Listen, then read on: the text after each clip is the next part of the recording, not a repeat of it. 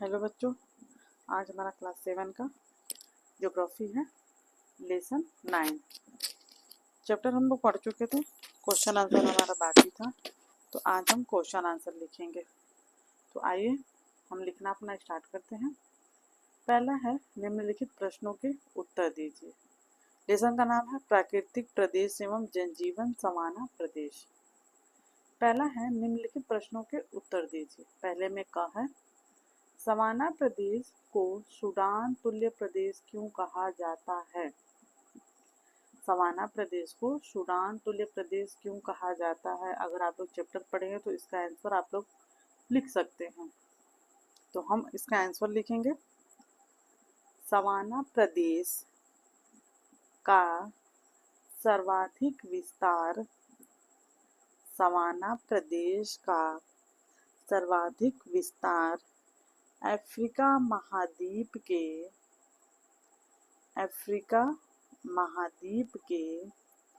Sudan में होने के कारण इसे सूडान तुल्य प्रदेश कहा जाता है। समाना प्रदेश का सर्वाधिक विस्तार अफ्रीका महाद्वीप के सूडान में होने के कारण इसे सूडान तुल्य प्रदेश कहा जाता है। पहला आंसर खत्म हुआ हमारा। अब है दूसरा का है ख नंबर। पहले का ख नंबर, सवाना प्रदेश में वर्षा कब होती है? सवाना प्रदेश में वर्षा कौन से ऋतु में होती है, मतलब कब होती है, कौन से मौसम में? तो लिखेंगे आंसर, सवाना प्रदेश में ग्रीष्म ऋतु में वर्षा होती है। सवाना प्रदेश में ग्रीष्म ऋतु में वर्षा होती है। दूसरा आंसर खत्म हुआ। अब है तीसरा ग, सूडान तुल्य प्रदेश की वनस्पतियों की मुख्य विशेषताएं लिखिए। सूडान तुल्य प्रदेश की वनस्पतियों की मुख्य विशेषताएं लिखिए। तो आइए इसकी विशेषता लिखते हैं। इसका आंसर है, वर्ष के अधिकांश महीने शुष्क होने के कारण लंबी एवं मोटी घास यहाँ की विशेष प्रकार की वनस्पति है। वर्षा के अधिकांश महीने शुष्क होने के कारण लंबी एवं मोटी घास यहाँ की विशेष प्रकार की वनस्पति है। यहाँ की घासें लगभग 3 मीटर लंबी होती है।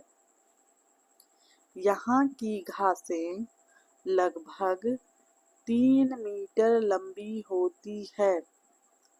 सवाना प्रदेश में घासों का बाहुल्य है। सवाना प्रदेश में घासों का बाहुल्य है, जिनकी बनावट मोटी, चपटी तथा कड़ी होती है।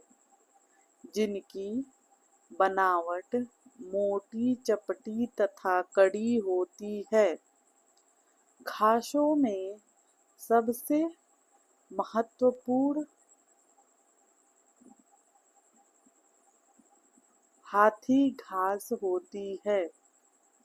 घासों में सबसे महत्वपूर्ण हाथी घास होती है। इसका आकार गुच्छेदार होता है। इसका आकार गुच्छेदार होता है। इस प्रदेश की इन घासों को पार्कलैंड या बुशवेल्ड कहते हैं। इस प्रदेश की इन घासों को पार्कलैंड या वेल्ड कहते हैं। इसके अतिरिक्त सवाना प्रदेश में कुछ पतझड़ इसके अतिरिक्त सवाना प्रदेश में कुछ पतझड़ वृक्ष जहाँ तहाँ बिखरे पाए जाते हैं। इसके अतिरिक्त सवाना प्रदेश में कुछ पतझड़ वृक्ष जहाँ तहाँ बिखरे पाए जाते हैं, जिनकी ऊंचाई बहुत कम होती है। जिनकी ऊंचाई बहुत कम होती है। ये क्वेश्चन हमारा समाप्त हुआ। अब है घ नंबर। चौथा, सवाना घास भूमियों को शिकार भूमि क्यों कहा जाता है? सवाना घास भूमियों को शिकार भूमि क्यों कहा जाता है? इसका आंसर लिखेंगे। घास क्षेत्र एवं वृक्षों की कम संख्या मिलने के कारण घास क्षेत्र एवं वृक्षों की कम संख्या मिलने के कारण जंतुओं में गतिशीलता अधिक होती है। जंतुओं में गतिशीलता अधिक होती है। इसी कारण से यहाँ पर बड़े आकार के स्तनधारी जंतु जिराफ, गैंडा और हाथी मिलते हैं।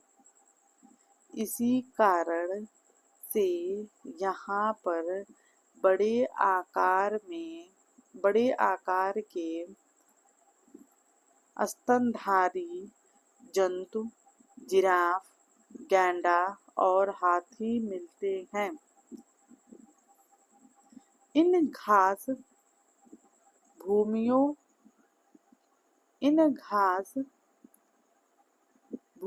में चीता और शेर जैसे मांसाहारी जंतु बड़ी संख्या में रहते हैं। इन घास भूमियों में चीता और शेर जैसे मांसाहारी जंतु बड़ी संख्या में रहते हैं। ये मांसाहारी जंतु जेब्रा और हिरन जैसे शाकाहारी जंतुओं का शिकार करते हैं। ये मांसाहारी जंतु जेब्रा और हिरन जैसे शाकाहारी जंतु का शिकार करते हैं। पहले इन जानवरों का खूब शिकार किया जाता था। पहले इन जानवरों का खूब शिकार किया जाता था। इसीलिए इन घास भूमियों को शिकार भूमि भी कहा जाता है। इसलिए इन घास भूमियों को शिकार भूमि भी कहा जाता है। अब है 5वां नंबर। पहले का 5वां अंग। हौसा जनजाति का प्रमुख व्यवसाय क्या है? हौसा जनजाति का प्रमुख व्यवसाय क्या है? इसका आंसर लिखेंगे। हौसी जनजाति का मुख्य व्यवसाय कृषि है। हौसी जनजाति का मुख्य व्यवसाय कृषि है। क्वेश्चन हमारा समाप्त हुआ। अब है यहाँ पे सही जोड़े बनाइए।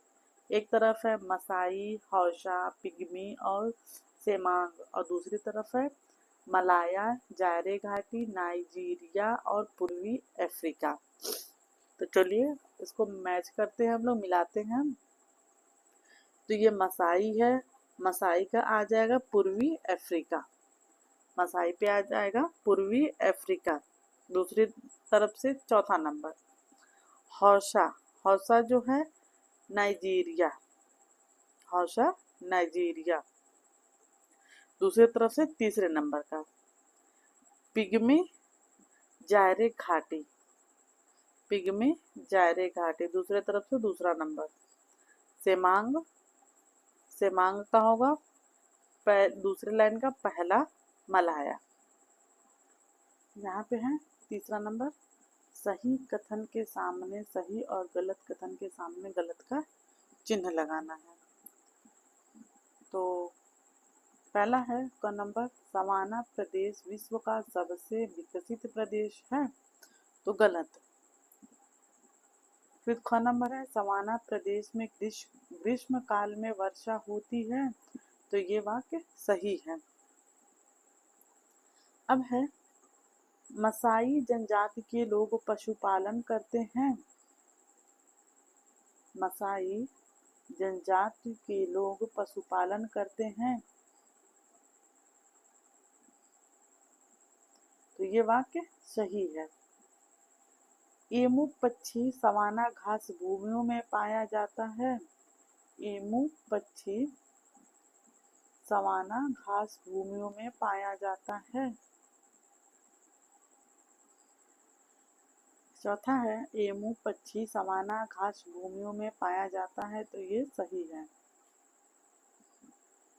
नीचे है भौगोलिक कुशलताएं, विश्व के रिक्त मानचित्र पर सवाना प्रदेश को छायांकित कीजिए। उसके बाद है परियोजन कार्य, प्रोजेक्ट वर्क, विषुवत रेखीय प्रदेश और सवाना प्रदेश की वनस्पतियों की तुलना कर उनके बीच अंतर को अपनी अभ्यास पुस्तिका पर लिखिए। तो ये हमारा चैप्टर यहाँ पे समाप्त हुआ। हमने क्वेश्चन आंसर भी लिखा। अगर वीडियो पसंद आए तो चैनल को सब्सक्राइब करिए, लाइक करिए, कमेंट करिए और शेयर करिए। तब तक के लिए हम अपना क्लास यहीं पे बंद करते हैं। नेक्स्ट दिन हम लोग नेक्स्ट चैप्टर पढ़ेंगे। तब तक के लिए धन्यवाद।